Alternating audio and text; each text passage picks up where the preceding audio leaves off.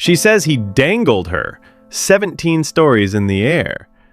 Now she's ready to look him in the eye and testify. After years of hiding in the shadows of fame and fear, fashion designer Bryana Bongolan is preparing to step into a courtroom and into the public spotlight. Her allegations against hip-hop mogul Sean Diddy Combs are as harrowing as they are explosive. In a chilling lawsuit filed in November 2024, Bongolan accuses Combs of sexually assaulting her and, in a moment of rage, lifting her over the edge of a 17th floor balcony. She says she thought she was going to die that night. Now, she's one of the key witnesses in the criminal case that could shatter what's left of Combs' legacy. It was the night of September 26, 2016, a night that began like any other, according to Bongolan. She had been staying at the Los Angeles apartment of singer Cassie Ventura, who, at the time, was in a long-term relationship with Combs. The details of that night, revealed in court documents, are disturbing. Bongolan says she was asleep when she was suddenly awakened by loud banging and shouting outside the door. Combs, she claims, forced his way into the apartment, enraged and intoxicated. What happened next unfolded in a blur of fear, confusion, and violence.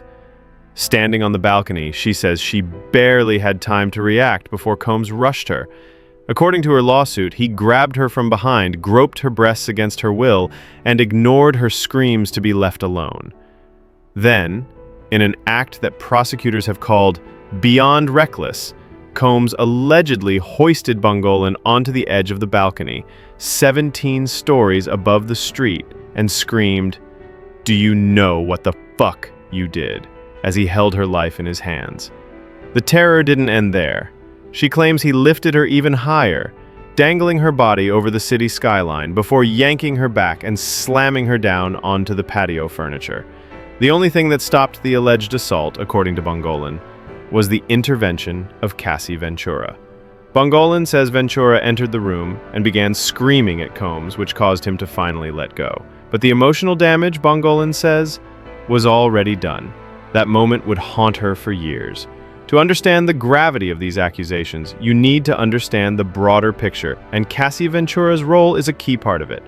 Once seen as Diddy's muse and longtime girlfriend, Cassie has since broken her silence in devastating fashion.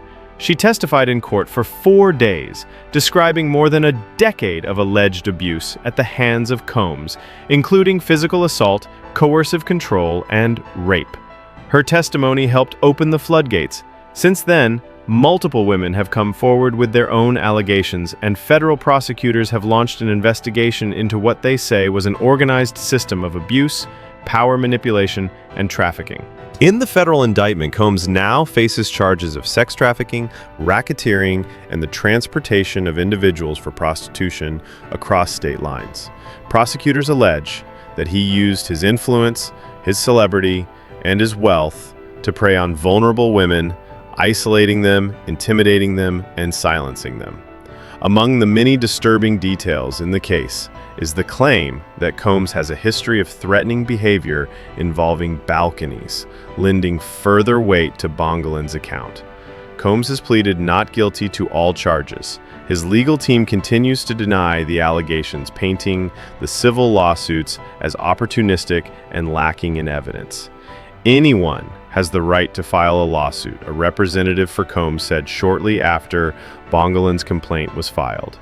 Mr. Combs firmly denies these serious allegations and remains confident they will ultimately be proven baseless. But critics say that this isn't about opportunism, it's about a pattern. And Bongolan's testimony could be the linchpin that turns the tide of public opinion and legal judgment alike.